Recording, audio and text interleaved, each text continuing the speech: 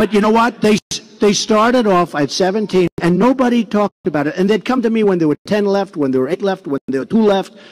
They came to me 2 days ago, and they said, you're the only one that mentions the vets in your speech. And every time I mention the military, I talk about the vets, because the vets are a very important part of the military. Our military has to know that when they're finished defending our country, that they're going to be taken proper care of. They are taken...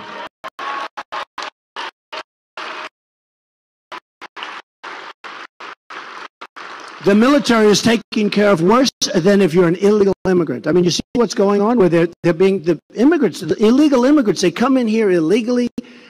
You have such crime. It's such a crime where nobody understands. When I announced for president on June 16th, and I mentioned this, we will build the wall, don't worry, and Mexico's going to pay for the wall. Mexico will pay for the wall. But when I mentioned on June 16th, I talked about illegal immigration, the world went crazy. It was like the worst thing. Then 2 weeks later, everyone was saying, you're right. Then the other day, I heard Cruz say, and we will build a wall. I said, where did that come from? No, he said, we will build a wall. I said, I didn't believe that. I said, play it back. That's the nice thing about TiVo. Play it back. I don't believe it. We're going to really take care of it, okay? And we're going to build a real wall. And remember this, you're all here. Just remember this. Mexico's paying for the wall. Mexico could stop a lot of the problems we have just by one phone call. One phone call. The leaders could stop it almost immediately. But they love it. Everything comes here. You try and become a citizen of Mexico. You go to Mexico. You're there. Remember Sergeant Tamborisi, what happened there? They wouldn't release him. And I gave him a lot of money. I helped him because when he came out, he was a troubled young guy, and perhaps troubled when he went there. He should have never been there.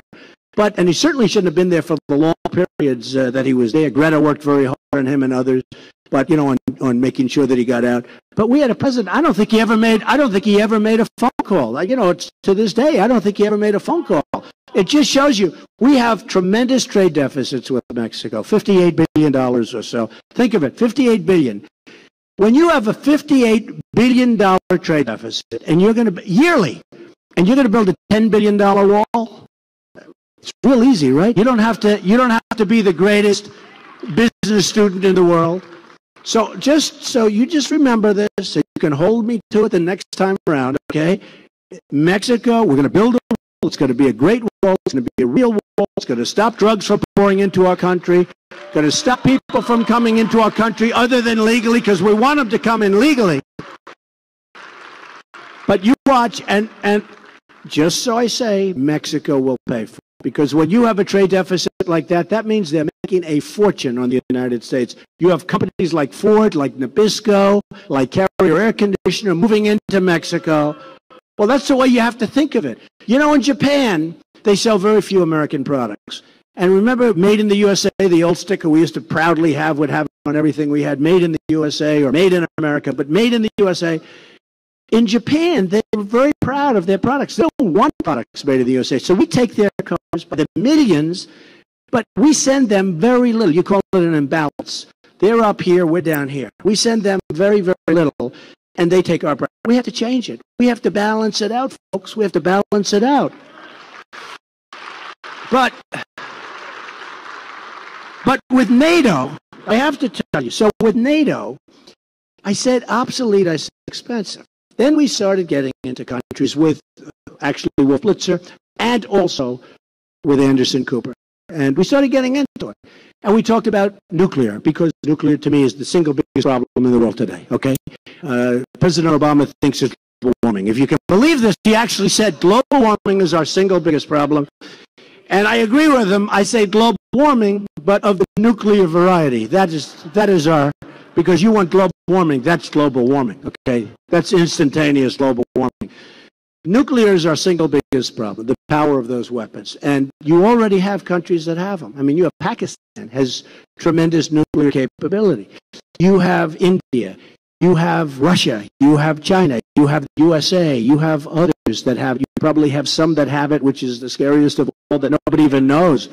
You have North Korea that has it. So here you have a situation. Now, most people don't know this. Now, I'm talking, number one, I'm talking defense. Because, defense, really the security, it's the most important thing that we can have. Somebody say, what's the most important thing as president? Security, okay, security. The top three things, security, security, security, okay. And the rest of it is all important, but we need a secure nation. So we put that first. But from a business standpoint, where we owe so much money, where we're a debtor nation. So we take care of Germany militarily. A lot of people don't know that. They say, what do you mean Germany? I say this for the last couple of weeks. I've been saying it big league. And I say Germany. And people will say, we don't take care. We take care of Germany militarily. And there's reasons for it. I understand the reasons. We all understand the reasons. We take care of Japan. We take care of South Korea. We take care of many countries. We take care of Saudi Arabia. Saudi Arabia was making $1 billion a day during the higher prices. Now they're still making a lot. But they were making $1 billion a day. It's a behemoth. So is Germany. So is South Korea. So is Japan. These countries are behemoths. We take care of them. They don't take care of us. Now, Saudi Arabia, you have to be able to walk, folks, just so you understand. You have to be able to get up and walk. If John Kerry would have gone into that negotiation and a couple of times stood up and said goodbye to Iran on that horrible deal, that one of the worst deals I've ever seen, they would have called back and he would have won some points. He didn't win anything. Okay, it's one of the worst deals I've ever seen. One of the worst deals of any kind, not between countries, just one of the worst deals I've ever seen. So when I talk about NATO, I'm talking about tremendous amounts of money that we put in. Now we're defending countries, and we're not getting reimbursed anywhere near the cost of doing it. Now, you know, that might have been okay 30 years ago when we were different, and it might have been okay 25 years ago and 40 years ago, and it might have been, you know what? It's not okay anymore, folks. We can't do it. We can't do it. Now, so I was on CNN, and they asked me the big question, and I said, well, what do you think of that? I said, it's obsolete, and it's costing too much, and some of the military people, of course you're going to hear this. Oh, that's a terrible thing, that's a terrible thing. Obama's a terrible, a lot of my opponents here, Kasich and Cruz, they would say, oh, he doesn't know the nuclear, he doesn't know anything about it. I know more about it than they do. And I also have common sense and have business judgment, which they don't have. They've never employed a person in their life.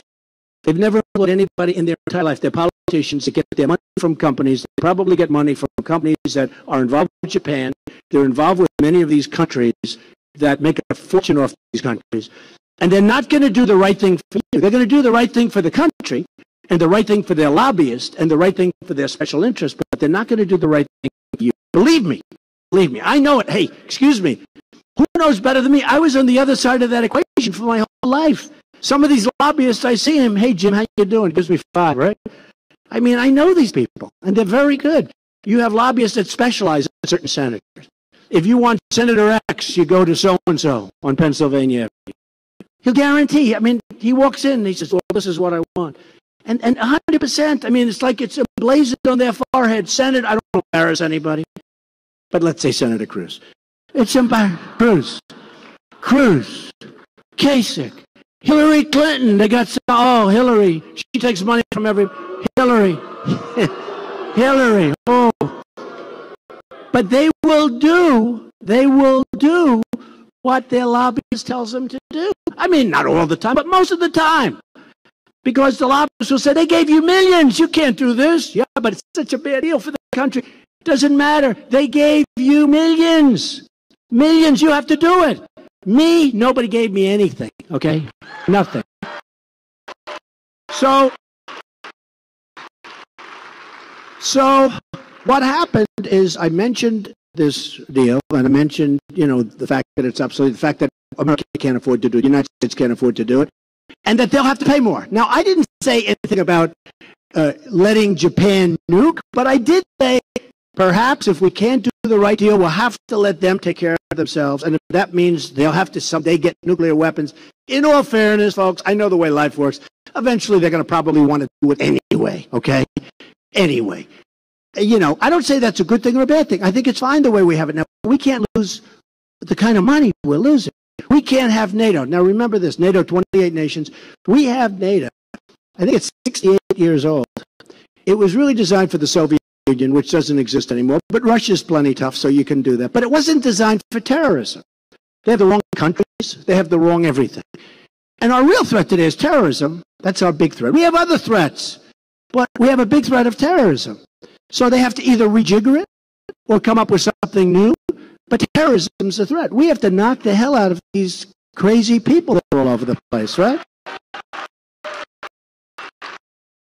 And when I said we have to ban Muslims from coming in until we find out what's going on, I'm telling you. And I didn't say that from a pollster. I didn't go and get that information from a pollster. I got that information from common sense. We have to know. We are allowing, do you remember when I said they want to take in hundreds of thousands from Syria and everyone said, oh, that's ridiculous, it's only 10.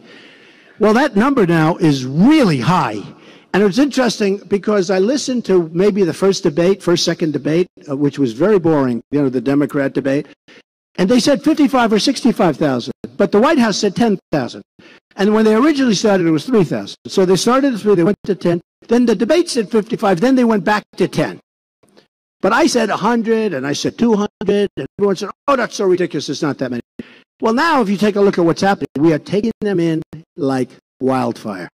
Thousands and thousands and thousands of people. We have no idea in many cases who they are, where they come from, where's their documentation. Look at what happened to Germany. Germany is a disaster. Look at what happened to parts of Sweden. So do you remember a few months ago when I said Brussels is a hellhole? And the New York Times, who actually did a very good story, David Sanger, very talented guy, he wrote a story about what my whole views on nuclear and NATO, and it was a defense story. It was actually a good story. But on this one, I said Brussels is a hellhole. The New York Times did a whole article saying, what right do I have to say that about Brussels? It was a horrible piece, like I had no right to say it. And then you had the attack, and then you had this horrible situation that's going, Brussels is a hellhole. Brussels used to be an unbelievable place, by the way. Not that many years ago. You go back 20, 25 years, Brussels was one of the most beautiful cities in the world. It's a hellhole, folks. And now people are saying, Trump was right. I was also right about take the oil. Some of you are fans for a long time. How long have I been saying, take the oil? I didn't mean blow up the oil. I said take the oil. When we were over there. I also didn't want to go into Iraq because I said you're going to destabilize the Middle East. But we were there. We had the soldiers there. I said, don't go out without taking the oil. And what happened is we left, and who has the oil now? ISIS has the oil, Iran has the oil, and Iran is taking over Iraq. As sure as you're sitting there, Iran is taking over Iraq. So they made a great deal with Kerry, and we should have gotten the prisoners back long before we started negotiating. Frankly, we shouldn't have started negotiating unless we had the prisoners back. But when you look at what we've done, what we're doing to this country, what we're doing to the world, we don't know what we're doing. So I came up with this whole thing on NATO, and all of a sudden, about a week later, and I was criticized. Donald Trump wants to arm Japan. They don't tell you the whole story. They don't say, no, I don't want to do that, but they got to pay more, and they got to this, because I want to straighten out our finances. If I can get all these people to pay a fair share, we're going to knock the hell out of our problem. Because we're sitting on a big, beautiful, maybe not so beautiful, we're sitting on a big, beautiful bubble. Okay? We can't have this. You people want to do something. You want to have a school. We can't do it. You want to have a roadway. You can't do it. You need money. Look, they want to cut your Social Security. I'm not cutting your Social Security. I'm the only one. They want to cut the hell out of your Social Security. They want to cut entitlements. They want to cut Medicare. They want to cut. You've been paying your Social Security for years, and now they want to change the deal on you, right? It's no good. We got to take the jobs back. We got to bring our money back. But now I'm getting great praise from people saying he really understands it. He really does understand the whole thing with NATO. So here's what happens. I will make a long statement about NATO, talking about the fact that many countries are not paying their fair share. Okay? Many of the 28, many countries are not paying, most of them, but many countries are not paying their fair share. That means we are protecting them, and they are getting all sorts of military protection and other things. And they're ripping off the United States, and they're ripping you off. I don't care. I don't want to do that. Either they pay up, including for past deficiencies, or they have to get out. And if it breaks up NATO, it breaks up NATO. They bring up, as an example, they bring up the Ukraine. The Ukraine. I have many friends live in the Ukraine. I have great people live in the Ukraine. Ukraine's great. The problem is this. I never hear any of the 27 talking about the Ukraine. The only one talks about the Ukraine.